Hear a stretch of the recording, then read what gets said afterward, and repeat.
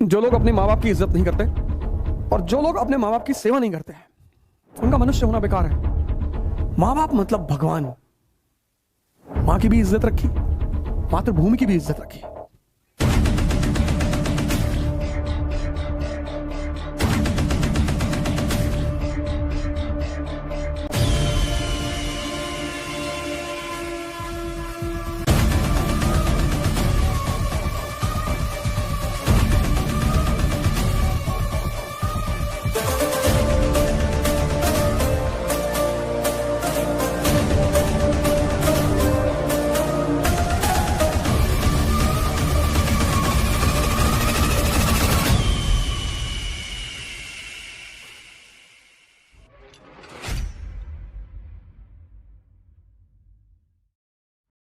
The love for mother and motherland.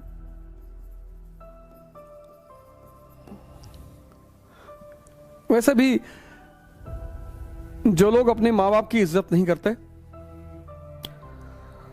और जो लोग अपने माँ बाप की सेवा नहीं करते, उनका मनुष्य होना बेकार है। बेकार ही है। माँ बाप मतलब भगवान। एक ऐसे लोग जो बिना किसी स्वार्थ के आपके साथ हमेशा खड़े हैं। उनके अलावा दुनिया में जो भी आदमी आपके साथ खड़ा है, उसका स्वार्थ है। कोई भी अपवाद हो सकता है, पर वो अपवाद ही होगा। लेकिन हमारी एक साइकोलॉजिकल आदत है कि जो लोग हमें ज्यादा सम्मान करते हैं, ज्यादा इज्जत देते हैं और बिना कारण करते हैं, हम उनको निग्लेक्ट करते हैं। हम उनको निग्लेक्ट करते हैं। ये हमारी आदत है। ये भारतीयों की बहुत गंदी आदत है।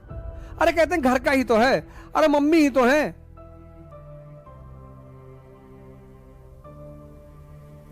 एक दिन गांधी जी ने बड़ी अच्छी जीवनी लिखी, जीवनी की टाइटल लिखी, माय एक्सपेरिमेंट्स विद ट्रुथ।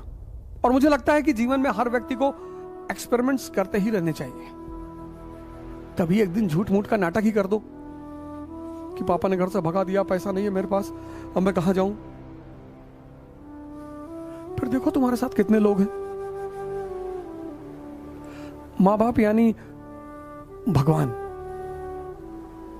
और नेताजी अपनी मां के प्रभाव में बहुत ज्यादा थे। उन्हें कहानियां सुनाती थी, ऐतिहासिक महाभारत की कहानियां, रामायण की कहानियां, भारत के महानायकों की कहानियां। मां से बड़ा जुड़ाव था।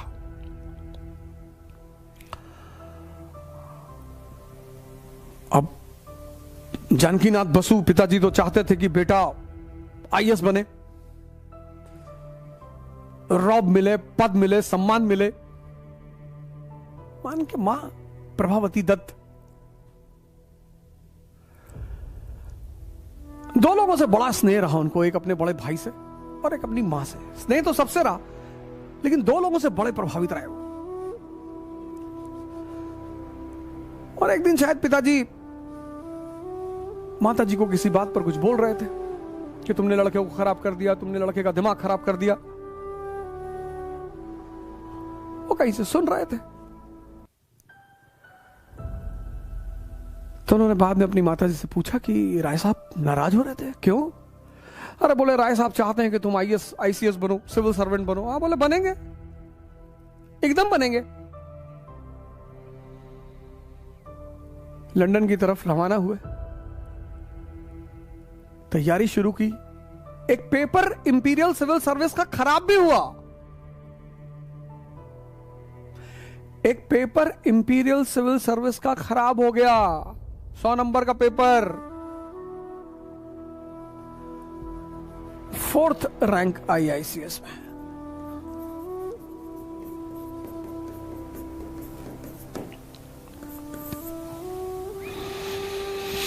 (1920) 1920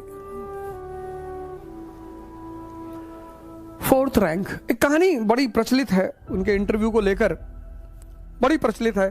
मैंने कई बार उस कहानी का उल्लेख भी किया है कि जब वो इंटरव्यू देने गए तो बोर्ड मेंबर ने कहा कि mister Bose, you are comfortable in which language? बोला सर आप अपनी लैंग्वेज बताओ।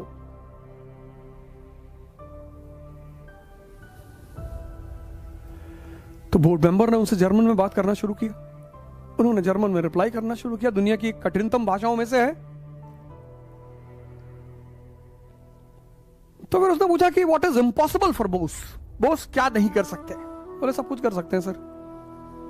तो he took out his wedding ring, सामने रख दिया, कहा इसमें से निकल के दिखाओ। सुभाष चंद्र बोस ने एक पीस ऑफ पेपर लिया, उस पे एससी बोस लिया और निकाल दिया। नेपोलियन भी ऐसी ही बातें करता था।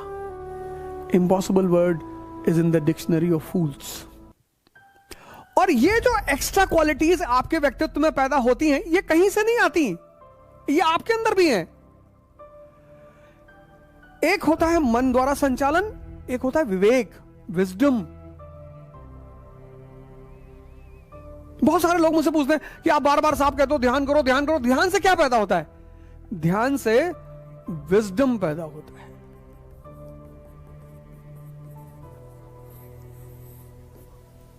और ये दुनिया के किसी स्कूल में नहीं सिखाया जाता, किसी कॉलेज में नहीं सिखाया जाता, किसी यूनिवर्सिटी में नहीं सिखाया जाता।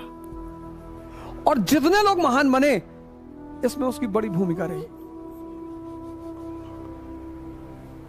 मैंने वो स्त्रियों, लड़कियों और घड़ी वाली कहानी आपको सुनाई थी विवेकानंद की, कि लड़कियों ने उनसे कहा घड़ी दे दो, नहीं तो अभी हम पुलिस बुला देंगे।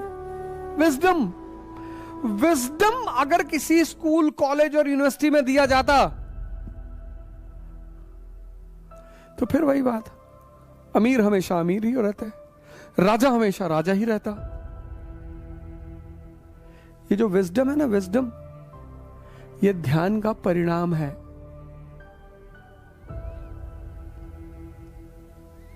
स्कूल, कॉलेज, यूनिवर्सिटी ये तुम्हें इंफॉर्मेशन दे सकते हैं, विजडम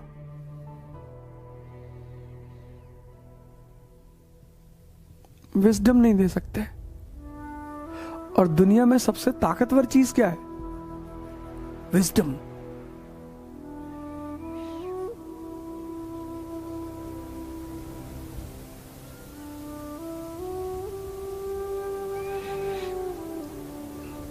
विजडम।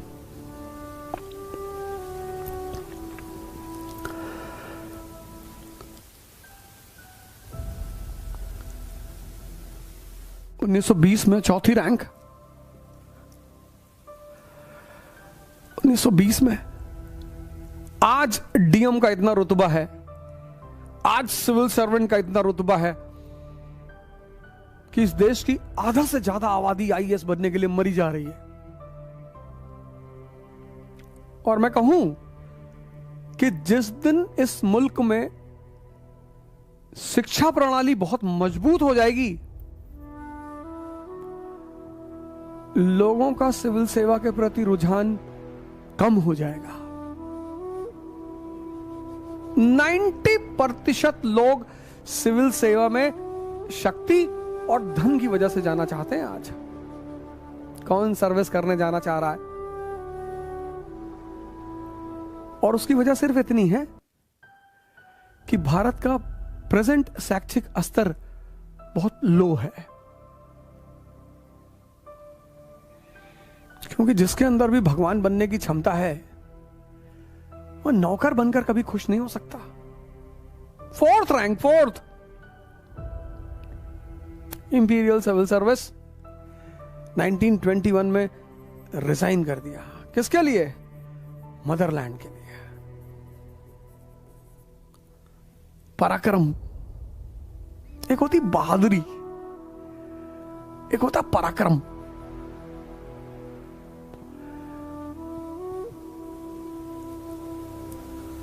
पराक्रम दिवस, यहां से कहानी शुरू हुई थी। पराक्रम दिवस,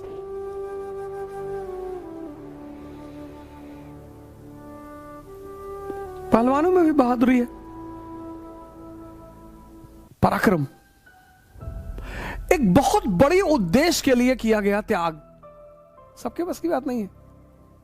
पराक्रम, बहादुरी मतलब शेर से लड़का उठा के पटक दिया शेर को, वो पराक्रम नहीं है। पराक्रम मतलब एक बहुत विशाल उद्देश्य के लिए किया गया त्याग।